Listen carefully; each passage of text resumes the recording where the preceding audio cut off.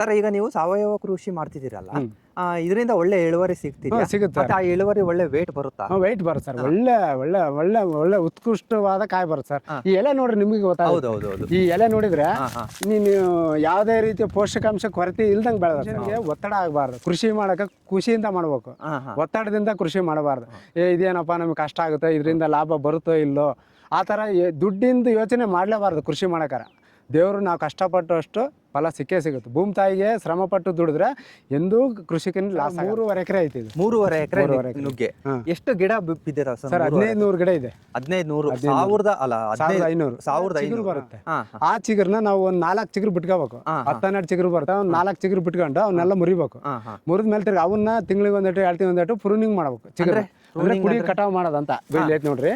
ಈ ಕುಡಿ ಐತಲ್ಲ, ಇದನ್ನ ನಾವು ಕಟಾವ್ ಮಾಡ್ತೀವಿ ಈ ತರ. ಸ್ವಲ್ಪ ನಿಮ್ ಕಿರು ಪರಿಚಯ ಮಾಡ್ಕೊಡ್ತೀರಾ ಸರ್? ಸರ್, ನಮ್ಮ ಹೆಸರು ಎಚ್.ಎಂ. ಮಲ್ಲಿಕಾರ್ಜುನ್ ಅಂತ, ಕೂಡ್ಲಿಗೆ ತಾಲೂಕು, ವಿಜಯನಗರ ಡಿಸ್ಟಿಕ್. ಈ ಡಿಸ್ಟಿಕ್ನೊಳಗೆ ನಾವು ಇಮ್ಡಾಪುರ ಗ್ರಾಮ ಸರ್. ಖಾನಾವಸಳ್ಳಿ ಹೋಬಳಿ ಬರುತ್ತೆ ನಮ್ಮದು. ಇಮ್ಡಾಪುರ ಅಂತೇಳಿ ಗ್ರಾಮದ ಹೆಸರು. ನಮ್ಮೂರಲ್ಲಿ ನಾವು ಈಗ 2 ವರ್ಷಗಳಾಗಿ ನುಗ್ಗೆ ತೋಟ ಮಾಡಿ ಸರ್. ಅಂದರೆ ಈ ನೀರಿನ ಸಮಸ್ಯೆಗಳನ್ನೆಲ್ಲ ಯೋಚನೆ ಮಾಡ್ಕೊಂಡು ನಾವು ಕಡಿಮೆ ನೀರಿನಾಗೆ ಯಾವ ಬೆಳೆ ಬೆಳಿಬೇಕಂತ ಯೋಚನೆ ಮಾಡಿದಾಗ, ತೋಟಗಾರಿಕೆ ಬೆಳೆಯಲ್ಲಿ ಈಗ ಯಾವ ಬೆಳೆ ಅಂತ ಯೋಚನೆ ಮಾಡಿದಾಗ ನಮಗೆ ನುಗ್ಗೆ ಸೂಕ್ತವಾದ ಬೆಳೆ ಅಂತ ನಮಗೆ ಅನ್ನಿಸ್ತದೆ. ಅಂದರೆ ಕಡಿಮೆ ಫಲವತ್ತತೆ ಇರೋಂಥ ಭೂಮಿಯಲ್ಲಿ ಕೂಡ ಇದನ್ನು ಸ್ವಲ್ಪ ಮಟ್ಟಿಗೆ ಆದಾಯದ ರೂಪದಲ್ಲಿ ಬೆಳಿಬೋದು ಅನ್ನೋದು ನಮಗೆ ಮನದಟ್ಟ ಆಯಿತು. ಹಂಗಾಗಿ ನಾವು ನುಗ್ಗೆ ಬೆಳೆಗೆ ಬಂದ್ವಿ ಸರ್. ಹಾಕಿದಾಗಿದ್ದು ಈಗ 2 ಬೆಳೆ ಮುಗಿದ ಸರ್. ಈಗ 2 ಬೆಳೆ ಮುಗಿದು 3ನೇ ಬೆಳೆ ಕಟಾವು ಮಾಡ್ಬೇಕೀಗ. ಈಗ ಆಲ್ರೆಡಿ ಕಾಯೆಲ್ಲ ಖಾಲಿ ಆಗಿದೆ. ಕಟಾವು ಮಾಡಿದ್ಮೇಲೆ 3ನೇ ಬೆಳೆಗೆ ನಾವು ಬಿಟ್ಕೊತೀವಿ. ಇದರಿಂದ ರೈತರಿಗೆ ಒಂದು ದೊಡ್ಡ ಪ್ರಮಾಣದಾಗಲ್ಲ ಅಂದರೂ ಕೂಡ ರೈತರಿಗೆ ಏನಂದರೆ ತೀರಾ ಆರ್ಥಿಕ ಸಂಕಷ್ಟ ಆಗದಂಗೆ ಕಾಪಾಡುವಂಥ ಬೆಳೆ ಅಂತ ಹೇಳ್ಬೋದು ಸರ್ ಇದನ್ನ. ಈಗ ರೈತರಿಗೆ ಏನಪ್ಪ ಅಂದರೆ ಮೇನ್ ಇರೋದು ಆರ್ಥಿಕ ಸಂಕಷ್ಟ. ಅದನ್ನು ನಾವು ಸರಿದೂಗಿಸ್ಬೇಕಪ್ಪ ಅಂದರೆ ಇದು ಸ್ವಲ್ಪ ಮಟ್ಟಿಗೆ ಇದು ಸಹಾಯ ಮಾಡುತ್ತೆ. ರೈತರಿಗೆ ಯಾವುದೇ ಕಾರಣಕ್ಕೆ ಲಾಸ್ ಮಾಡಲ್ಲ.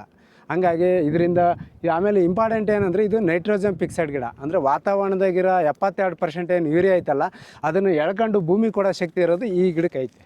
ಅದಕ್ಕೋಸ್ಕರ ನಾವು ಭೂಮಿ ಫಲವತ್ತತೆ ಆಗುತ್ತೆ, ತಿರುಗಿ ಇದರಿಂದ ಆದಾಯನೂ ನಮಗೆ ಸಿಗುತ್ತೆ. ಆಮೇಲೆ ಇದ್ರ ಎಲೆ ಐತಲ್ಲ, ಈ ಎಲೆಯಿಂದ ನಮ್ಗೆ ಒಳ್ಳೆ ಆಹಾರ ಸರ್. ಇದು ಮನೆಯಲ್ಲಿ ನಾವು ಊಟಕ್ಕೆ ಬಳಸ್ಬೋದು. ಇದರಿಂದ ಒಳ್ಳೆ ವಿಟಮಿನ್, ತರಕಾರಿಗೆ ರಾಜ ಅಂತ ಕರಿತಾರೆ ಇದನ್ನ. ತರಕಾರಿ ಬೆಳೆಯಲ್ಲಿ ಅತಿ ವಿಟಮಿನ್ ಇರೋಂಥ ಒಂದು ಸೊಪ್ಪು ಅಂತಿದ್ದು. ಅಂದರೆ ಪಾಲಕ್ಕು, ಮೆಂತೆ, ಕೊತ್ತಂಬರಿ ಐತಲ್ಲ, ಅವೆಲ್ಲ ಸೊಪ್ಪಿಗಿಂತ ಒಳ್ಳೆ ವಿಟಮಿನ್ ಇರೋಂಥ ಸೊಪ್ಪು. ಇದನ್ನು ಎಲ್ಲ ಜನಗಳು ಯೂಸ್ ಮಾಡಿದರೆ ಆರೋಗ್ಯ ಸಮಸ್ಯೆ ಭಾಳ ಕಡಿಮೆ ಆಗುತ್ತೆ ನನ್ನ ಅನಿಸಿಕೆ. ಯಾಕಪ್ಪ ಅಂದರೆ ಇದು ನಾವು ಆರ್ಗ್ಯಾನಿಕ್ನ ಬೆಳೆಯೋದ್ರಿಂದ ಯಾವುದೇ ರೀತಿಯಾಗಿ ಪೆಸ್ಟಿಸೈಡ್ ಹೊಡಿದಂಗೆ, ಕೆಮಿಕಲ್ ಗೊಬ್ಬರ ಹಾಕಿಲ್ದಂಗೆ ನಾವು ಬೆಳೆದೀವಲ್ಲ, ಅದರಿಂದ ಇದು ಆರೋಗ್ಯಕ್ಕೆ ಒಳ್ಳೆ ಉತ್ತಮವಾದ ಸೊಪ್ಪು ಅಂತ ಹೇಳ್ಬೋದು. ಇದನ್ನು ನಾವು ವಾರಕ್ಕೆ 1 ಸರಿ, ಪ್ರತಿಯೊಬ್ಬ ಮನೆಯಲ್ಲಿ ವಾರಕ್ಕೆ 1 ಸರಿ ನಾವು ಈ ಸೊಪ್ಪನ್ನ ಯೂಸ್ ಮಾಡಿದರೆ ಆದಷ್ಟು ಹಾಸ್ಪಿಟ್ಲಿಂದ ದೂರ ಇರೋಕ್ಕೆ ಅನುಕೂಲ ಮಾಡಿಕೊಡ್ತದೆ. ಯಾಕಂದರೆ ರೋಗಗಳು ಬರ್ದಂಗೆ ತಡೆಗಟ್ಟೋ ಶಕ್ತಿ ಈ ಸೊಪ್ಪಿಗೆ ಐತೆ ಸರ್.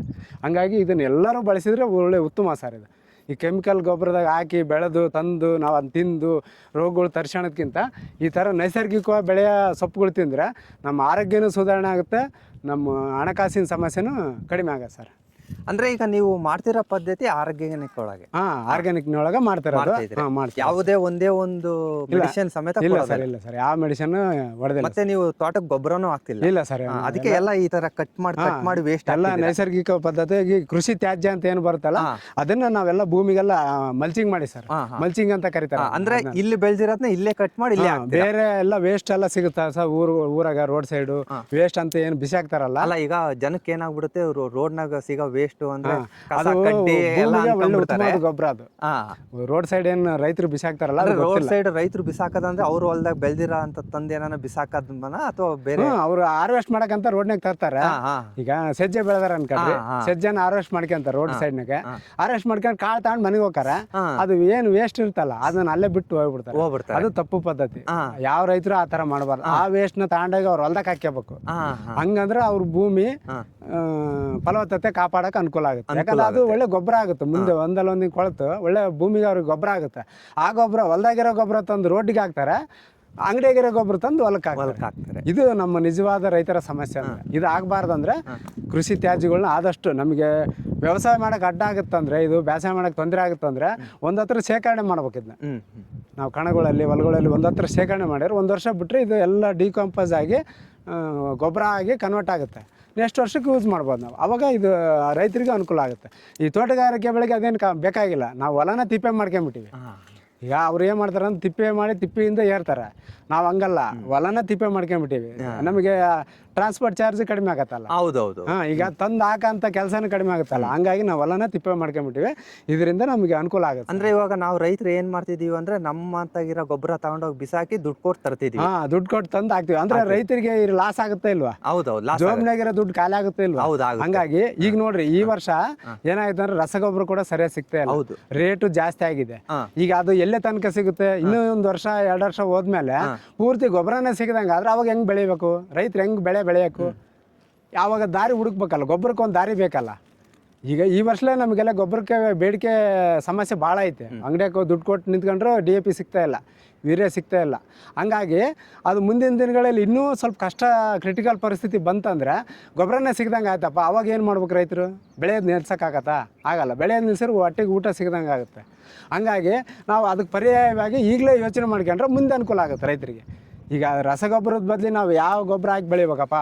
ಈ ಪರ್ಯಾಯವಾಗಿ ಅದಕ್ಕೆ ಬೇರೆ ದಾರಿಗಳು ಕಂಡ್ಕೋಬೇಕು ಈಗಲೇ. ಈಗ ಸಮಸ್ಯೆ ಸ್ಟಾರ್ಟ್ ಆಗೈತೆ ಈಗ ಆಲ್ರೆಡಿ. ಈ ವರ್ಷ 2026ರಲ್ಲಿ ಸಮಸ್ಯೆ, ರೈತರಿಗೆ ಸಮಸ್ಯೆ ಶುರು ಆಗ್ಬಿಡತ್ತೆ. ಈಗ ಗೊಬ್ಬರದ ಸಮಸ್ಯೆ, ಆಮೇಲೆ ಪೆಟ್ರೋಲ್ ಡೀಸೆಲ್ ಎಲ್ಲ ರೇಟ್ ಆಗ್ತೈತೆ, ಅದರದ್ದೊಂದು ಸಮಸ್ಯೆ.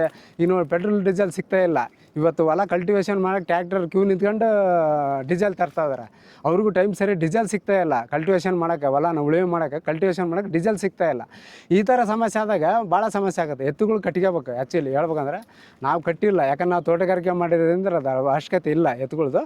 ಹಂಗಾಗಿ ನಾವು ಈ ಥರ ಲೈವ್ ಮೆಲ್ಚಿಂಗು, ಆಮೇಲೆ ಕೃಷಿ ತ್ಯಾಜ್ಯನೆಲ್ಲ ತಂದು ನಾವು ಭೂಮಿಗೆ ಹಾಕೋದ್ರಿಂದ ನಮಗೆ ಅದು ಉಳುಮೆ ಮಾಡಲ್ಲ ನಾವು.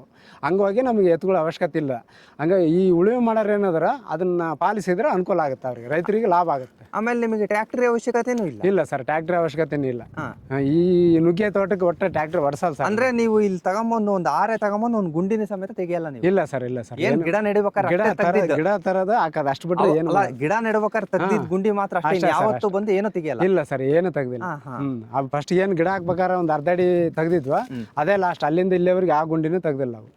ಆಮೇಲೆ ನಿಮಗೆ ನೀವು ಈಗೆಲ್ಲ ಮೊನ್ನೆ ರೈತರು ನಾನು ನಮ್ಮ ಚಿತ್ರದುರ್ಗ ಮಾರ್ಕೆಟ್ ಅಲ್ಲಿ ನೋಡ್ತಿದ್ದೆ, ಕ್ಯೂ ನಿಂತಿದ್ರು ಗೊಬ್ಬರಕ್ಕೆ. ನಿಮಗೆ ಆ ಪರಿಸ್ಥಿತಿ ಇಲ್ಲ? ಇಲ್ಲ, ನಮಗೆ ಗೊಬ್ಬರ ಎಷ್ಟೇ ರೇಟ್ ಆದ್ರೂ ಗೊಬ್ಬರ ಸಿಗಲ್ಲ ಅಂದ್ರೂ ನಮಗೆ ಸಮಸ್ಯೆ ಇಲ್ಲ. ಯಾಕಂದ್ರೆ ಅದ್ರ ಕಡೆ ಯೋಚನೆ ಇಲ್ಲ, ನೀವು ಅದ್ರ ಮೇಲೆ ಡಿಪೆಂಡ್ ಆಗಿಲ್ಲ. ಅದಕ್ಕೋಸ್ಕರ ಮೊನ್ನೆ ನೀವು ಹಂಗಾರೆ ನ್ಯೂಸ್ ಚಾನಲ್ ನೋಡಿ ಇನ್ಮೇಲೆ ಯೂರಿಯಾ ಎಲ್ಲ ಸಿಗಲ್ಲ ಅಂದಾಗ ನಿಮಗೇನು ಟೆನ್ಷನ್ ಆಗಿಲ್ಲ? ಟೆನ್ಷನ್ ಆಗಿಲ್ಲ, ಆಗೋದು ಇಲ್ಲ. ಯಾಕಂದ್ರೆ ಅದನ್ನ ಮರ್ತು ಬಿಟ್ಟಿ ನಾವು ಅಲ್ಲೇ ಆಲ್ರೆಡಿ. ಆ ಗೊಬ್ಬರನ ನಾನು ಮರ್ತೇ ಬಿಟ್ಟಿನಿ. ಸಿಕ್ಕರೆ ತಂದು ಹಾಕ್ತಾರೆ ಕೆಲವರು. ರೈತರಿಗೆ ಬೇಕೇ ಬೇಕು. ಇವತ್ತಿನ ಕಾಲದ ಎಲ್ಲರೂ ಇದನ್ನು ಮಾಡಕ್ ಆಗಿಲ್ಲ, ಯಾಕಂದ್ರೆ ಅದಕ್ಕೆ ಅಡಿಕ್ಟ್ ಆಗ್ಬಿಟ್ಟಾರ ರೈತರು. ಹಂಗಾಗಿ ನೋಡ್ತೀವಲ್ಲ ಅಂಗಡಿಗಳಲ್ಲಿ ಭಾಳ ಕಷ್ಟ ಐತೆ, ಗೊಬ್ಬರ ಸಿಗೋದು ಭಾಳ ಕಷ್ಟ ಐತೆ. ಆಮೇಲೆ ರೇಟ್ ಕೂಡ ಜಾಸ್ತಿ ಆಗಿದಾವೆ. ಹಂಗಾಗಿ 2,000 ರೂಪಾಯಿ 1,500 ರೂಪಾಯಿ ಮೇಲೆ ಆಗಿದೆ ಎಲ್ಲ. 2,000 ಮೇಲೆ ಆಗಿದಾವೆ ನನ್ನ ಚೀಲ ಗೊಬ್ಬರಗಳು. ಅದು ಎಲ್ಲೇ ತನಕ ತಂದು ಹಾಕಕ್ಕೆ ಒಬ್ಬ ರೈತ ಒಂದು 5 ಎಕರೆ ಹೊಲ ಕಟ್ಕೊಂಡಾರಂದ್ರೆ ಕನಿಷ್ಠ 50,000 ಬರೀ ಗೊಬ್ಬರಕ್ಕೆ ಹಾಕ್ಬೇಕಾಗುತ್ತೆ ಬಂಡವಾಳ ಅವರು. ಹಂಗಾಗಿ ಲಾಭ ಆಗಂದ್ರೆ ಎಲ್ಲಿಂದ ಆಗುತ್ತೆ ಅವ್ರಿಗೆ? ಹಂಗಾಗಿ ನಾವು ಅದನ್ನು ಕಡಿಮೆ ಮಾಡಿ ಇದನ್ನು ಜಾಸ್ತಿ ಮಾಡಿದರೆ ಸ್ವಲ್ಪ ಮುಂದಿನ ದಿನಗಳಲ್ಲಿ ರೈತರಿಗೆ ಅನುಕೂಲ ಆಗುತ್ತೆ. ಆಮೇಲೆ ಭೂಮಿ ಫಲವತ್ತತೆ ಕೂಡ ಚೆನ್ನಾಗಿ ಕಾಪಾಡೋಕ್ಕೆ ಅನುಕೂಲ ಆಗುತ್ತೆ. ಸರ್, ಈಗ ನೀವು ಸ್ಟಾರ್ಟಿಂಗ್ ಈ ನುಗ್ಗೆ ಸಾವಯವ ಕೃಷಿಗೆ ಬರೋಕ್ಕಿಂತ ಮುಂಚೆ ಈ ಜಮೀನಲ್ಲಿ ಏನು ಮಾಡ್ತಿದ್ರಿ? ಸರ್, ರಾಗಿ, ನವಣೆ, ಸಜ್ಜೆ, ಸೂರ್ಯಕಾಂತಿ, ಉಳ್ಳಿ, ಶೇಂಗಾ ಇದನ್ನು ಬೆಳಿತಿದ್ವಿ. ಸರ್, ಅವಾಗ ನೀವು ಯೂರಿಯಾ ಉಪಯೋಗಿಸ್ತಿದ್ರಿ? ಆವಾಗ ಯೂಸ್ ಮಾಡ್ತಿದ್ವಿ. ನಾನು ಕೂಡ ಯೂಸ್ ಮಾಡೀನಿ ರಾಸಾಯನಿಕ ಗೊಬ್ಬರನ. ಈಗ ಅದರಿಂದ ನಷ್ಟಗಳು ಗೊತ್ತಾದ ಮೇಲೆ ಅದನ್ನ ಕಡಿಮೆ ಮಾಡ್ಕೊಂತ ಬಂದೆ. ವರ್ಷದಿಂದ ವರ್ಷಕ್ಕೆ ಕಡಿಮೆ ಮಾಡೀನಿ. ಈ 3 ವರ್ಷದಿಂದ ಪೂರ್ತಿ ಕಡಿಮೆ ಮಾಡಿದ್ದೀನಿ. ಪೂರ್ತಿ ಕಡಿಮೆ. ಈ ಭೂಮಿನ ಮತ್ತೆ ನೀವು ಸಾವಯವಕ್ಕೆ ಬಂದಾಗ ಈ ಸಾವಯವ ಕೃಷಿ ನಿಮಗೆ ಅದಕ್ಕೆ ಹೆಂಗ್ ಹೊಂದ್ಕಂತಂದ್ರೆ ಫಸ್ಟ್ನೇ ವರ್ಷ 3 ಚೀಲ ಕೊಡೋದಾಗ 2 ಚೀಲ ಕೊಟ್ಟೆ ಕೆಮಿಕಲ್ ಗೊಬ್ಬರನ. ಒಂದೇ ಟಿ ಕಟ್ ಮಾಡಬಾರ್ದು, ಅದನ್ನ ಮಾಡಬಾರ್ದು. ಒಂದೇ ಟಿ ಕಟ್ ಮಾಡಿದ್ರೆ ಏನಾಗತ್ತಂದ್ರೆ ಅದು ಆರೋಗ್ಯದ, ನಮ್ಮ ಮನುಷ್ಯನ ಆರೋಗ್ಯ ಹೆಂಗೋ ಭೂಮಿ ಆರೋಗ್ಯನ ಅಷ್ಟೇ. ಈಗ ಒಂದು ವಿಟಮಿನ್ ಟಾನಿಕ್ ಕೊಡ್ತಾ ಇದೀವಿ ಅಂದ್ರೆ ಒಂದೇ ಟಿ ಕಟ್ ಮಾಡಬಾರ್ದು. ಅಂತ ಡೋಸ್ ಕಡಿಮೆ ಮಾಡ್ಕೊಂತ ಬರ್ಬೇಕು.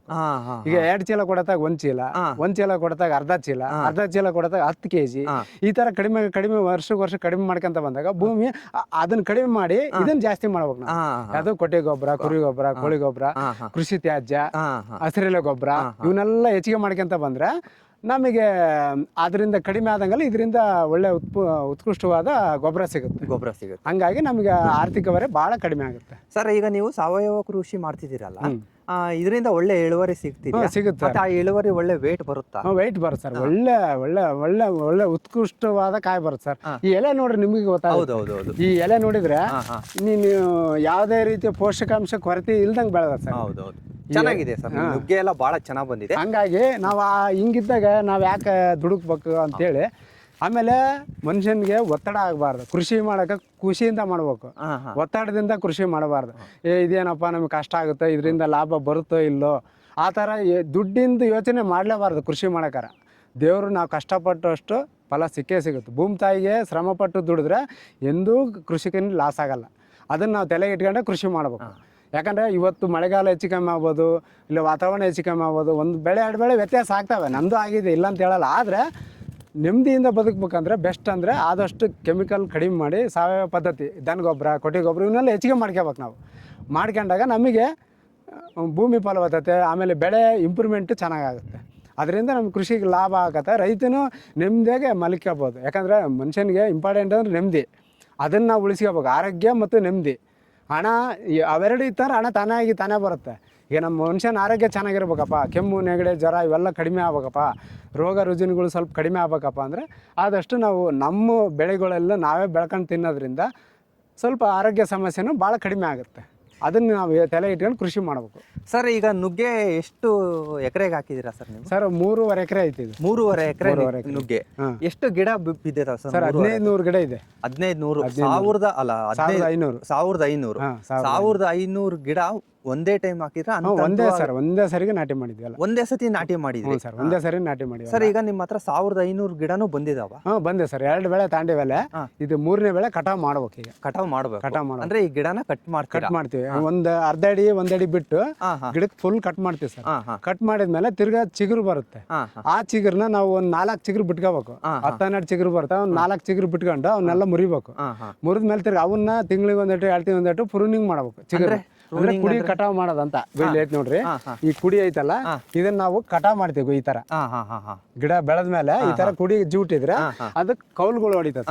ಕೌಲುಗಳು ಹೊಡೆದ ಏನಾಗತ್ತ, ನಮ್ಗೆ ರಂಬೆ ಕಂಬಿಗಳು ಜಾಸ್ತಿ ಆಗ್ತವೆ. ಅವಾಗ ನಮ್ಗೆ ಈಲ್ಡ್ ಜಾಸ್ತಿ ಆಗುತ್ತೆ. ಆ ಉದ್ದೇಶಕ್ಕೆ ಪ್ರೂನಿಂಗ್ ಮಾಡ್ಬೇಕು. ಹಂಗ ಬಿಟ್ರೆ ಏನಾಗತ್ತ ಅಂದ್ರೆ ಸ್ಟ್ರೈಟ್ ಆಗಿ ಉದ್ದಕ್ಕೆ ಒಂದೇ ಆರೆ ಹೋಗುತ್ತೆ. ಅವಾಗ ನಮ್ಗೆ ಈಲ್ಡ್ ಕಡಿಮೆ ಆಗತ್ತೆ. ಈಲ್ಡ್ ಜಾಸ್ತಿ ತಗೋಬೇಕಪ್ಪ ಅಂದ್ರೆ ಪ್ರೂನಿಂಗ್ ಮಾಡ್ಬೇಕು. 3 ಸರಿ ಆದ್ರೂ ಮಾಡ್ಲೇಬೇಕು. ಒಂದ್ಸರಿ ಕಟಾವ್ ಆದ್ಮೇಲೆ 3 ಸರಿ ಪ್ರೂನಿಂಗ್ ಮಾಡ್ಬೇಕು. ಹಂಗಂದ್ರೆ ನಮ್ಗೆ ಈಲ್ಡ್ ಚೆನ್ನಾಗಿ ಬರುತ್ತೆ. ಹಂಗಾಗಿ ಅದರಿಂದ ಆರ್ಥಿಕವಾಗಿ ರೈತರು ಉಳ್ಕೊಳಕ್ಕೆ ಅನುಕೂಲ ಆಗುತ್ತೆ. ಯಾವುದೇ ಬೆಳೆ ಬೆಳೀಲಿ, ರೈತರು ಇದೆ ಅಂತಲ್ಲ, ಯಾವುದೇ ಬೆಳೆ ಬೆಳೀಲಿ ಆದಷ್ಟು ಇನ್ವೆಸ್ಟ್ಮೆಂಟ್ ಕಡಿಮೆ ಹಾಕಿ ಬೆಳೆಯಂಥ ಬೆಳೆನ ಆಯ್ಕೆ ಮಾಡ್ಕೋಬೇಕು. ಆಮೇಲೆ ನೀರಿನ ಸಮಸ್ಯೆ ಯೋಚನೆ ಮಾಡಿ ಬೆಳೆ ಹಾಕ್ಬೇಕು. ಈಗ ನೀರಿಲ್ದಲೆ ಎಲ್ಲ ಬೆಳೆಗಳು ಬೆಳೆಯೋಕ್ಕಾಗಲ್ಲ. ಅಡಿಕೆ, ತೆಂಗು ಅವೆಲ್ಲ ನೀರು ಜಾಸ್ತಿ ಕೇಳ್ತವೆ. ಈಗ ಆ ಬೆಳೆ ತಂದು ನಾವು ಇಲ್ಲಿ ಹಾಕಿದ್ರೆ ಸಕ್ಸಸ್ ಆಗಲ್ಲ, ಫೇಲ್ ಆಗ್ಬಿಡ್ತೀವಿ. ಹಂಗಾಗಿ ನಾವು ಈ ನುಗ್ಗೆ ಬೆಳೆ ನೀರು ಕಡಿಮೆ ಇರೋ ಉದ್ದೇಶಕ್ಕೆ ನುಗ್ಗೆ, ನಿಂಬೆ, ಹಲಸು, ಪೇರ್ಲ ಈ ಎಲ್ಲ ಒಂದು 4-5 ನಮೂನಿ ಹಾಕಿ ಸರ್. ಈ ವರ್ಷ ತೆಂಗು ಹಾಕ್ಬೇಕಂತ ಮಾಡಿ ಸರ್. ಬಾಂಡ್ರಿಗೆಲ್ಲ ಒಂದು 50 ಗಿಡ ಹೋಗ್ತವೆ. ಸ್ವಲ್ಪ ಬಾಂಡ್ರಿ ಒಳಗೆ ಬದಿನೊಳಗೆ ನಾವು ಒಂದು 50 ಗಿಡ ತೆಂಗು ನಾಟಿ ಮಾಡ್ಕೋಬೇಕಂತ ಮಾಡಿದ್ವಿ. ಯಾಕಂದ್ರೆ ನಮಗೆ ಮನೆ ಬಳಕೆಗೂ ಬೇಕು, ಕಮರ್ಷಿಯಲ್ ಆಗಿ ಇರುತ್ತೆ ಅಂತೇಳಿ ತೆಂಗು ಹಾಕೋಬೇಕು. ಬಾಂಡ್ರಿಗೆಲ್ಲ ತೆಂಗು ಹಾಕ್ಬೇಕಂತ ಪ್ಲಾನಿಂಗ್. ಜಮೀನು ಇದೆ ಅಂದ್ರಲ್ಲ ಸರ್, 1500 ಗಿಡ ಇದಾವೆ. ಎಷ್ಟು ಜನ ಕೆಲಸಗಾರರು ಬೇಕು ಸರ್? ಸರ್ ಇದಕ್ಕೆ ಕೆಲಸಗಾರರು ಮನೆಯವರೇ ಮಾಡ್ಕೊಂಡು ಹೋಗ್ಬೋದು ಸರ್. ಯಾಕಂದ್ರೆ ಇದು ಒಂದೇ ಟಿ ಕಟಿಂಗ್ ಬರಲ್ಲ ಅಂತ. ಒಂದೇ ಟಿ ಬಂದ್ರು ಕೂಡ ಹಂತವಾಗಿ ಕಟಿಂಗ್ ಮಾಡ್ಕೊಂತ ಹೋಗೋದು. ನಾವು ದಿನ 5 ಸಾಲು 6 ಸಾಲು ಹರ್ಕೊಂತ ಹೋಗಿ ಸರ್. 8 ದಿನಕ್ಕೆ ಪೂರ್ತಿ ಆ ಕಡೆ ಲಾಸ್ಟ್ ಬಾಂಡ್ರ್ ಮುಟ್ತೀವಿ. 8 ದಿನಕ್ಕೆ ತಿರ್ಗಾ ಫಸ್ಟಿಗೆ ಹರಿದಿರ್ತೀವಲ್ಲ, ಅದು ಬಂದ್ಬಿಡುತ್ತೆ ಕಾಯಿ. ಈ ಥರ ನಮ್ಮ ಪ್ಲಾನಿಂಗ್. ಈಗ ಇಲ್ಲಿಂದ ಸ್ಟಾರ್ಟ್ ಮಾಡ್ತೀವಿ ನಾವು. ದಿನ 5 ಸಾಲು 6 ಸಾಲು 10 ಸಾಲು ಹಂಗೆ ಹರ್ಕೊಂತ ಹೋಗ್ತೀವಿ. ನಮ್ಗೆ ಹೆಂಗೆ ಬೇಡಿಕೆ ಇರುತ್ತೋ ಹಂಗೆ ಹರ್ಕೊಂತ ಹೋಗ್ತೀವಿ. ಫಸ್ಟಿಗೆ ಲಾಸ್ಟ್ಗೆಲ್ಲ ಮುಟ್ಟಿ ತಿರ್ಗಾ ಫಸ್ಟಿಗೆ ಬರ್ತೀವಿ. 8 ದಿನ ಆದಮೇಲೆ ಇಲ್ಲಿ ಬರ್ತೀವಿ. ಅಷ್ಟೊತ್ತಿಗೆ ಕಾಯೆಲ್ಲ ಬಂದಿರುತ್ತೆ ನಮ್ಗೆ. ಅವಾಗ ಇಲ್ಲಿಂದ ಸ್ಟಾರ್ಟ್ ಮಾಡೋದು. ಆ ಥರ ನಾವು ಹಾರ್ವೆಸ್ಟ್ ಮಾಡೋದು ಪ್ಲಾನಿಂಗ್. ಅದು 1500 ಗಿಡ ನುಗ್ಗೆ ಇಟ್ಕೊಂಡು ಸಾಕಲ್ಲ ಸರ್? ಇದೇ ದುಡಿಮೆ. ಇದ್ರ ಮಧ್ಯೆ ನೀವು ಹಲಸ್ಲು ಹಾಕೊಂಡಿರಾ, ನಿಂಬೆ ಹಾಕೊಂಡಿದ್ದೀರಾ, ಇದೆಲ್ಲ ಯಾಕೆ? ಅದು ಯಾಕೆ ಬೇಕಂದ್ರೆ ನೀರಾಗಲ್ಲ ಅಂತೀರಾ? ನೀರಾಗಲ್ಲ ಅಂದ್ರೆ ಹಲಸು, ಪೇರ್ಲ, ನಿಂಬೆ ಯಾಕೆ ಹಾಕಿವಿ ಅಂದ್ರೆ, ಈಗ ಇದು 5-6 ತಿಂಗಳು 5-6 ವರ್ಷ ಚೆನ್ನಾಗ ಬೆಳೆ ಬರುತ್ತೆ. ಅದು ನುಗ್ಗೆ. ಅದಾದ್ಮೇಲೆ ಇದ್ರ ಪವರ್ ಕಡಿಮೆ ಆಗುತ್ತೆ. 5-6 ಬೆಳೆ ತಗೊಂಡ್ಮೇಲೆ ಇದ್ರ ಪವರ್ ಕಡಿಮೆ ಆಗುತ್ತೆ. ಅವಾಗ ಏನ್ ಮಾಡಕ ಅಷ್ಟೊತ್ತಿ ನಮ್ಗೆ ತಿರ್ಗಾ ನುಗ್ಗೆ ಹಾಕಿ ತಿರ್ಗಾ ಬೆಳೆಸಕಂದ್ರೆ ಒಂದೇ ಹೊಲ್ದಾಗ ಒಂದೇ ಬೆಳೆ ಹಾಕಿದ್ರೆ ಈಲ್ಡ್ ಚೆನ್ನಾಗಿ ಬರಲ್ಲ. ಯಾಕಂದ್ರೆ ಆಲ್ರೆಡಿ ನುಗ್ಗೆ ಎಲ್ಲ ಪೋಷಕಾಂಶ ತಗೊಂಡು ಬೆಳೆದಿರುತ್ತೆ. ಅವಾಗ ನಾವು ಇದನ್ನ ಒಂದ್ಬಿಟ್ಟು ಒಂದು ಕಟಾವು ಮಾಡ್ಕೊಂಡು ದೂರ ಮಾಡ್ಕೊಂತೀವಿ. ಅವಾಗ ನಮಗೆ ತಿರ್ಗಾ ನಿರಂತರ ಆದಾಯ ಬೇಕಪ್ಪ. ರೈತರಿಗೆ ನಿರಂತರ ಆದಾಯನೇ ಇಂಪಾರ್ಟೆಂಟ್. ಅವಾಗ ಏನು ಮಾಡ್ತೀವಿ, ಅದಕ್ಕೋಸ್ಕರ ನಾವು ನಿಂಬೆ ಹಾಕ್ಕೊಂಡ್ರದು. ಈಗ ನಿಂಬೆ ಈ ನುಗ್ಗೆ 5 ವರ್ಷ ಆದಮೇಲೆ ಈಗ 2 ಬೆಳೆ ತೆಗ್ದೀವಿ, ಇನ್ನೂ 3 ಬೆಳೆ ತಗೊಂತೀವಿ. ಅದಾಗ ಅಷ್ಟೊತ್ತಿ ನಿಂಬೆ ನಮಗೆ ಚೆನ್ನಾಗಿ ಬರುತ್ತೆ. ಅಷ್ಟೊತ್ತಿ ನಿಂಬೆಹಣ್ಣು ಬರುತ್ತೆ, ಪೇರ್ಲ ಬರುತ್ತೆ, ಆಮೇಲೆ ಹಲಸು ಬರುತ್ತೆ, ಆಮೇಲೆ ತೆಂಗು ಹಾಕ್ಬೇಕಂತ ಇಟ್ಕೊಂಡಿವಿ. ಇನ್ನು ಪ್ಲಾನಿಂಗ್ ಹಾಕಿಲ್ಲ, ಹಾಕ್ಬೇಕು. ಈ ವರ್ಷ ಜೂನ್ ಜುಲೈ ನಾಟಿ ಮಾಡ್ತೀವಿ. ಅವು ಏನಂದರೆ ಮನುಷ್ಯನಿಗೆ ಕಂಟಿನ್ಯೂ ಆಗಿ, ರೈತರಿಗೆ ಕಂಟಿನ್ಯೂ ಆಗಿ ಆದಾಯ ಇರಲಿ ಆಮೇಲೆ ನಮಗೆ ಆರ್ಥಿಕ ಹೊರೆನೂ ಆಗಲ್ಲವು, ಯಾಕಂದ್ರೆ ಹಂತವಾಗಿ ಬೆಳೆಗಳು ಕುಂಡ್ರಿಸಂತ ಹೋಗೋದ್ರಿಂದ ನಮಗೆ ಆರ್ಥಿಕ ಸಮಸ್ಯೆನೂ ಬರಲ್ಲ. ಒಂದೇಟಿಗೆ ಎಲ್ಲ ಬೆಳೆ ಹಾಕ್ಬೇಕಂದ್ರೆ ಆಗಲ್ಲ, ಯಾಕಂದ್ರೆ ಎಲ್ಲಕ್ಕೂ ನಾವು ಕಾಸ್ಟ್ ಖರ್ಚು ಮಾಡಲೇಬೇಕು, ಜೋಬ್ನಾಗಿರೋ ದುಡ್ಡು ಖಾಲಿ ಮಾಡಲೇಬೇಕು. ಹಂಗಾಗಿ ನಾವು ಹಂತವಾಗಿ ನಾವು ಗಿಡಗಳು ನಾಟಿ ಮಾಡ್ಕೊಂತ ಹೋದ್ರೆ ನಮಗೂ ಆರ್ಥಿಕ ಸಮಸ್ಯೆನೂ ಕಡಿಮೆ ಆಗುತ್ತೆ. ಆಮೇಲೆ ನಮಗೆ ಹಂತವಾಗಿ ಬೆಳೆನೂ ಸ್ಟಾರ್ಟ್ ಆಗುತ್ತೆ. ಮುಂದೆ ಇನ್ನು 5 ವರ್ಷ ಬಿಟ್ಟು ನಮ್ಗೆ ಒಳ್ಳೆ ಈಲ್ಡ್ ಬರೋಕೆ ಅನುಕೂಲ ಆಗುತ್ತೆ. ಅಂದ್ರೆ ಸರ್ ಈಗ ನೀವು ಮುಂದಿನ ಫ್ಯೂಚರ್ ನೋಡ್ತಾ ಇದ್ದೀರಾ? ಮುಂದೆ ಇನ್ನು 5 ವರ್ಷ ಬಿಟ್ಟು ನಮ್ಗೆ ಹಂತವಾಗಿ ಎಲ್ಲಾ ಗಿಡದಾಗೂ ನಮ್ಗೆ ಆದಾಯ ಬರ್ತಿರ್ಬೇಕು. ಸ್ವಲ್ಪ ಆಗ್ಲಿ 50,000 1 ಲಕ್ಷ ಆಗ್ಲಿ ಒಂದೊಂದು ಬೆಳೆಗೆ ಅಷ್ಟೇ ಬಂದ್ರೆ ನಮಗೆ ಅನುಕೂಲ ಆಗುತ್ತೆ ಅನ್ನೋ ಉದ್ದೇಶಕ್ಕೆ ನಾವು ಮಾಡ್ಕೊಂಡ್ರೆ. ಸರ್ ಈಗ ನೀವು ನುಗ್ಗೆಯಲ್ಲಿ ಫಸ್ಟ್ ಇದು ಮೂರನೇ ಬೆಳೆ ಅಂತ ಹೇಳ್ತೀರಾ ನುಗ್ಗೆಯಲ್ಲಿ, ನೀವು ಸ್ಟಾರ್ಟಿಂಗು ಎಷ್ಟಾಗಣ್ರಿ ಸರ್ ಲಾಭ? ಸರ್ ಫಸ್ಟ್ನೇ ವರ್ಷ ಖರ್ಚೆಲ್ಲ ತೆಗೆದು ಎಕರೆಗೆ 50,000 ಉಳಿತು ಸರ್. ಎಕರೆಗೆ 50,000? 3 ಎಕರೆಗೆ 1.5 ಲಕ್ಷ ಉಳಿತು. ಅದು ಸರ್ ನೀವೇ ಮನೆಗಳ ಕೈ ಮುಟ್ಟಿ ನಾವೇ ಶ್ರಮ ಪಟ್ಟು ಮಾಡಿದಿರ? ಆಮೇಲೆ ಗೊಬ್ಬರ ಹಾಕಿಲ್ಲ? ಗೊಬ್ಬರ ಇಲ್ಲ ಸರ್, ಗೊಬ್ಬರ ಇಲ್ಲ, ಔಷಧಿ ಇಲ್ಲ, ಎಲ್ಲ ಆರ್ಗಾನಿಕ್ ಪದ್ಧತಿಯಲ್ಲೇ ಮಾಡಿರೋದು. ಅದು 1.5 ಲಕ್ಷ. 1.5 ಲಕ್ಷ ಆದಾಯ ತಗೊಂಡಿ ಸರ್. ಅದೇ ನೆಕ್ಸ್ಟ್ 2ನೇ ವರ್ಷಕ್ಕೆ ಸರ್? 2ನೇ ವರ್ಷಕ್ಕೆ ಸ್ವಲ್ಪ ಜಾಸ್ತಿ ಬರ್ತದೆ ಸರ್. ನಾವು ಸ್ವಲ್ಪ ಮೇಂಟೆನೆನ್ಸ್ ಸರಿ ಮಾಡ್ಲಿಲ್ಲ 2ನೇ ವರ್ಷ. ಸ್ವಲ್ಪ ನಮ್ಮ ಮನೆ ಸಮಸ್ಯೆ, ಬೇರೆ ಕಡೆ ಸಮಸ್ಯೆ ಇರೋದ್ರಿಂದ ಸ್ವಲ್ಪ ನಾವು ಇದನ್ನ ನೆಗ್ಲೆಕ್ಟ್ ಮಾಡಿದ್ವಿ 2ನೇ ಬೆಳೆ. ಹಂಗಾಗಿ ಸೇಮ್ ಆದಾಯ ಬಂತು ಸರ್, ಅದೇ 1.5 ಲಕ್ಷ ಬಂತು. ಇನ್ನು ಸ್ವಲ್ಪ ಕಡಿಮೆನೇ ಆಯ್ತು, 1.5 ಲಕ್ಷಕ್ಕೆ ಸ್ವಲ್ಪ ಕಡಿಮೆನೇ ಆಯ್ತು. ಯಾಕಂದ್ರೆ ನಾವು ಇದನ್ನ ಸರಿಯಾಗಿ ಪಾಲನೆ ಪೋಷಣೆ ಮಾಡಿಲ್ಲ. ನಾವು ಪಾಲನೆ ಪೋಷಣೆ ಮಾಡಿದ್ರೆ ಇನ್ನು ಜಾಸ್ತಿನೇ ಬರ್ತಿತ್ತು. ಇದು ಬೆಳೆ ಸಮಸ್ಯೆ ಅಲ್ಲ, ಇದು ನಮ್ಮ ಸಮಸ್ಯೆ. ನಾವು ಅದಕ್ಕೆ ಸರಿಯಾಗಿ ಗಮನ ಕೊಡಕ್ ಆಗ್ಲಿಲ್ಲ. ಹಂಗಾಗಿ ಇದು ಸ್ವಲ್ಪ ಈಲ್ಡ್ ಕಡಿಮೆ ಬಂತು. ಈ ವರ್ಷ ಆಯ್ತಲ್ಲ, ಇದು ಪೋಷಣೆ ಮಾಡ್ತೀವಿ, ಚೆನ್ನಾಗಿ ಬಂದೇ ಬರುತ್ತೆ, 100% ಗ್ಯಾರಂಟಿ. ಯಾಕಂದ್ರೆ ನಮ್ಮ ಭೂಮಿ ನಮಗೆ ಸ್ಪಂದಿಸೈತೆ ಅಲ್ಲ ಆಲ್ರೆಡಿ. ಹಂಗಾಗಿ ನಮ್ಗೆ ಒಳ್ಳೆ ಬೆಳೆ ಬರ್ತಂತ ನಮ್ಗೆ ಮಾರ್ತೀರಾ? ನುಗ್ಗೆಕಾಯಿ ಬೀಜ ಏನ್ ಮಾರಲ್ಲ? ಇಲ್ಲ ಸರ್, ಬೀಜ ಏನು ಮಾಡಿಲ್ಲ. ಮುಂದಿನ ದಿನಗಳಲ್ಲಿ ಮಾರ್ಬೇಕಂತ ಅನ್ಕೊಂಡಿದ್ದೀವಿ. ಮುಂದಿನ ಬೆಳೆ ಬರ್ತಾರಲ್ಲ ಅವಾಗ ಹೆಚ್ಚುವರಿಯಾಗಿ ಸ್ವಲ್ಪ ಕೇಳ್ತಾ ಇದಾರೆ ಈ ಸರಿ ಎಲ್ಲ. ಯಾಕಂದ್ರೆ ಫೋನ್ ಮಾಡಿ ಕೇಳ್ತಾ ಇದಾರೆ, ಬೀಜ ಬೇಕು ಐತೇನ್ರಿ ನಿಮ್ಮ ಹತ್ರ ಅಂತ. ಅದಕ್ಕೆ ಸುಮಾರು ಒಂದು 10-15 ಜನ ಫೋನ್ ಮಾಡಿ ಕೇಳಿದಾರೆ. ಆ ಒಂದು ಉದ್ದೇಶಕ್ಕೆ ಮುಂದಿನ ಸರಿ ಸ್ವಲ್ಪ ಬೀಜನೂ ಮಾಡ್ಬೇಕಂತ ಅನ್ಕೊಂಡಿದ್ದೀವಿ. ಸರ್ ಈಗ ನುಗ್ಗೆ ಮಾರ್ಕೆಟಿಂಗ್ ಹೆಂಗ್ ಮಾಡಿದ್ರಿ? ಮಾರ್ಕೆಟಿಂಗ್ ಸರ್ ನಾವು ಸಿಟಿ ಮಾರ್ಕೆಟ್ಗೆ ಹೋಗಿಲ್ಲ ಸರ್ ಇದುವರೆಗೂ. ಇಲ್ಲೇ ಲೋಕಲ್ ಮಾರ್ಕೆಟ್ನಾಗ ಹೋಗ್ತಾ ಇದ್ದೇನೆ. ಲೋಕಲ್ ಅಂದ್ರೆ ಲೋಕಲ್ ಸರ್ ಇಲ್ಲೇ ಹೋಬಳಿ ಮಟ್ಟದ ಸಂತಿಗಳು ಹಾಕಲ್ಲ ಸರ್. ಹೋಬಳಿ ಮಟ್ಟದಾಗ ತಾಲೂಕು ಮಟ್ಟದ ಸಂತಿಗಳು ಆಗ್ತವೆ. ಆ ಸಂತಿಗಳಿಗೆಲ್ಲ ಹೋಗಿ ಮಾರಾಟ ಮಾಡಿ ಬರ್ತೀರಾ? ಹೋಲ್ಸೇಲ್ ಆಗ ಕೊಟ್ಟು ಬಂದ್ಬಿಡ್ತೀರಾ?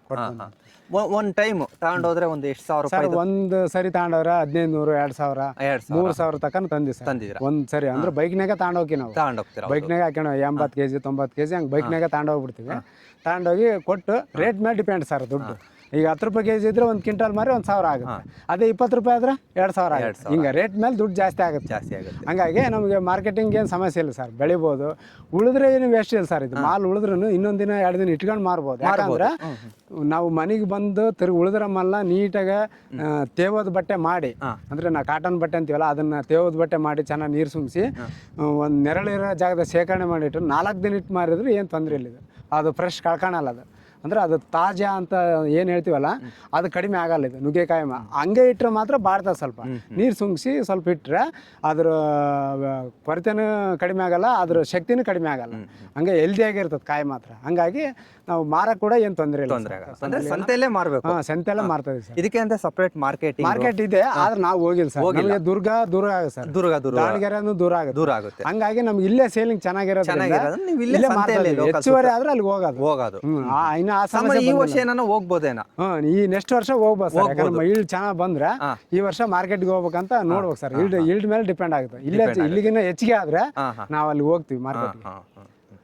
ಆಮೇಲೆ ಸರ್ ಯಾವತ್ತನ ಒಂದು ಟೈಮು ಏನೋ ನುಗ್ಗೆಕಾಯಿ ರೋಗ ಬರೋ ಅಂಥದ್ದು ಆ ಥರ ಏನೋ ಆಗಿದೆ? ಬರ್ತದೆ ಸರ್. ಇದು ಏನೈತೆ ಸರ್, ಎಲೆ ಈ ಎಲೆನ ಹಸ್ರುಳ ಅಂತ ಬರುತ್ತೆ ಒಂದು. ಅದು ಏನಾಗುತ್ತೆ, ಇದು ಗೋಮಾರಿ ಬರ್ತವೆ ಸರ್. ಗೋಮಾರಿ ಅಂತವು. ಆಮೇಲೆ ಕರೆ ಸೀಡೆ ಅಂತ ಬೀಳುತ್ತೆ. ಕರೆ ಏನಂತೀವಲ್ಲ ಅದು ಬರುತ್ತೆ. ಅದು ಬಂದು ಏನ್ ಮಾಡ್ತೀವಿ, ಎಲೆಗೆಲ್ಲ ಕುತ್ಕೊಂತತೆ. ಅದೇನು ಬೆಳೆಗೆ ಭಾಳ ತೊಂದರೆ ಮಾಡಲ್ಲ. ಅದು ಡಿಸೆಂಬರ್ ಜನವರಿ ತಿಂಗಳ ಮಾತ್ರ ಬರೋದ. ಅದಕ್ಕೆ ಬೇವಿನ ಎಣ್ಣೆ ಸ್ಪ್ರೇ ಮಾಡ್ಕೊಂಡ್ರೆ ಸಾಕು. ಬೇವಿನ ಎಣ್ಣೆ? ಅದೇನು ಬೇವಿನ ಎಣ್ಣೆ ಅಂದ್ರೆ ಸಿಗುತ್ತಾ? ಅದು ಅಂಗಡಿಗಳಲ್ಲಿ ಸಿಗುತ್ತೆ, ಇಲ್ಲ ಕೃಷಿ ಇಲಾಖೆಯಲ್ಲಿ ಸಿಗುತ್ತೆ. ಇಲ್ಲಾಂದ್ರೆ ನಾವೇ ಕೃತಕವಾಗಿ ಕೂಡ ತಯಾರು ಮಾಡ್ಕೊಂಡು ಯೂಸ್ ಮಾಡ್ಬೋದು. ಈ ದನ ತಿನ್ಲಾರ ಸೊಪ್ಪು 10 ನಮೂನಿ ಸೊಪ್ಪುಗಳು ತಂದು ಡ್ರಮ್ನಲ್ಲಿ ಕೊಳೆ ಹಾಕಿ ಗಂಜಲದಲ್ಲಿ ಹಾಕಿ ಅದನ್ನ 1 ತಿಂಗಳು ಇಟ್ಬಿಟ್ರೆ ಫರ್ಮೆಂಟೇಷನ್ ಆಗಿ ಅದು ಒಳ್ಳೆ ನಮಗೆ ಔಷಧಿಯಾಗಿ ಕೆಲಸ ಮಾಡುತ್ತೆ. ಹುಳುಗಳಿಗೆ ಹಸಿರೆಲೆ ಅಂತ ಬರ್ತವೆ. ಈ ಎಲೆನೆಲ್ಲ ಮೇದು ಬೋಡ ಮಾಡ್ಬಿಡ್ತದೆ ಸರ್ ಗಿಡನ. ಅಂದ್ರೆ ಎಲೆನೆಲ್ಲ ಮೇದು ಬಿಡ್ತದೆ. ಅದು ಅವಾಗ ಏನಾಗುತ್ತೆ, ಗಿಡ ಖಾಲಿ ಕಾಣುತ್ತೆ. ಆ ಟೈಮ್ನ ನಾವು 1 ಸರಿ 2 ಸರಿ ಸ್ಪ್ರೇ ಮಾಡ್ಕೊಂಡ್ಬಿಟ್ರೆ ಹುಳ ಕಂಟ್ರೋಲ್ ಆಗುತ್ತೆ. ಅಷ್ಟು ಬಿಟ್ರೆ ರೋಗ ರುಜಿನೇನು ಇಲ್ಲ. ಇದಕ್ಕೆ ರೈತರಿಗೆ ತೊಂದರೆ ಕೊಡೋ ಅಂತ ಬೆಳೆನಲ್ಲ ಸರ್. ಯಾವಾಗಲೂ ಔಷಧಿ ಹಿಡ್ಕೊಂಡೇ ಇರ್ಬೇಕಪ್ಪ ಅನ್ನೋ ಬೆಳೆನಲ್ಲ. ಆ ಟೈಮ್ ನೋಡ್ಕೋಬೇಕು. ಆ ಹುಳ ಬಂತ ಆ ಟೈಮ್ 1 ಸರಿ ಬೇಡ 2 ಸರಿ ಸ್ಪ್ರೇ ಕೊಟ್ಬಿಟ್ರೆ ಹುಳ ಕಂಟ್ರೋಲ್ ಆಗಿಬಿಡುತ್ತೆ. ಏನು ತೊಂದರೆ ಆಗಲ್ಲ. ಇಷ್ಟು ನುಗ್ಗೆಕಾಯಿ ಮರ ಅಂದ್ರೆ 1500 ನುಗ್ಗೆಕಾಯಿ ಮರಕ್ಕೆ ಅವರೇಜ್ ಎಷ್ಟು ಇಂಚ್ ನೀರು ಹೋಗ್ತಿದೆ ಸರ್ ನಿಮ್ ಬೋರಿಂದ? ಸರ್ 2 ಇಂಚ್ ನೀರು ಐತೆ ನಮ್ದು. 2 ಇಂಚ್ ನೀರು ಏಕಕಾಲಕ್ಕೆ ಬಿಡ್ತೀವಿ ಸರ್. ಏಕಕಾಲಕ್ಕೆ ಅಂದ್ರೆ ಅರ್ಧ ವಾಲ್ ಮಾಡ್ಕೊಂಡಿವಿ. 1.5 ಎಕರೆ ಒಂದ್ ಸರಿ ಬಿಟ್ರೆ 1.5 ಎಕರೆ ಹೋಗುತ್ತೆ, ಇನ್ನೊಂದ್ ಸರಿ ಬಿಟ್ರೆ 1.5 ಎಕರೆಗೆ ಹೋಗುತ್ತೆ. ನೀರಿಂದ ಏನ್ ತೊಂದರೆ ನೀರಿಂದ ಏನ್ ಸಮಸ್ಯೆ ಇಲ್ಲಿ. ನೀರು ಭಾಳ ಕೇಳಲ್ಲ ಸರ್ ಇದು. ಈ ನೋಡ್ರಿ ಜೂನ್ ಇಂದ ಡಿಸೆಂಬರ್ ವರೆಗೆ ನೀರೇ ಕೊಡಲ್ಲ ಅವು. 6 ತಿಂಗಳು ನೀರೇ ಕೊಡಲ್ಲ ಇದು. 6 ತಿಂಗಳು ಏನೋ ತಿಂಗಳಗಟ್ಲೆ ಮಳೆ ಹೋದ್ರೆ ಮಾತ್ರ ನೀರು ಕೊಡ್ತೀವಿ. ಯಾಕಂದ್ರೆ ಅವು ಗಿಡ ಬಾಡ್ತಾವ ಅಂತ ಹೇಳಿ ಕೊಡ್ತೀವಿ. ಹಿಂಗೆ 15 ದಿನಕ್ಕೊಂದು ಮಳೆ ಬಂದ್ರೆ ನೀರು ಬೇಕಾಗಿಲ್ಲ. ನೀರು ಕಡಿಮೆ ಕೇಳೋಂಥ ಬೆಳೆ, ಅದಕ್ಕೋಸ್ಕರ ನಾವು ಇದನ್ನ ಆಯ್ಕೆ ಮಾಡ್ಕೊಂಡಿರೋದು. ನೀರಿನ ಸಮಸ್ಯೆ ಯೋಚನೆ ಮಾಡಿ ನಾವು ಈ ಬೆಳೆಗೆ ಬಂದಿರೋದು. ಹಂಗಾಗಿ ನಮಗೆ ನೀರಿನ ಸಮಸ್ಯೆ ಇಲ್ಲ ಈ ಸದ್ಯಕ್ಕೆ. ಮುಂದೆ ಏನಾಗುತ್ತೋ ಗೊತ್ತಿಲ್ಲ. ಈ ಸದ್ಯ ನೀರು ಚೆನ್ನಾಗೈತೆ. ನೀರಿಗೆ ತಕ್ಕಂಗೆ ಬೆಳೆನೂ ಚೆನ್ನಾಗಿ ಬರ್ತಾ ಇದೆ. Thank you sir. Sir thank you sir.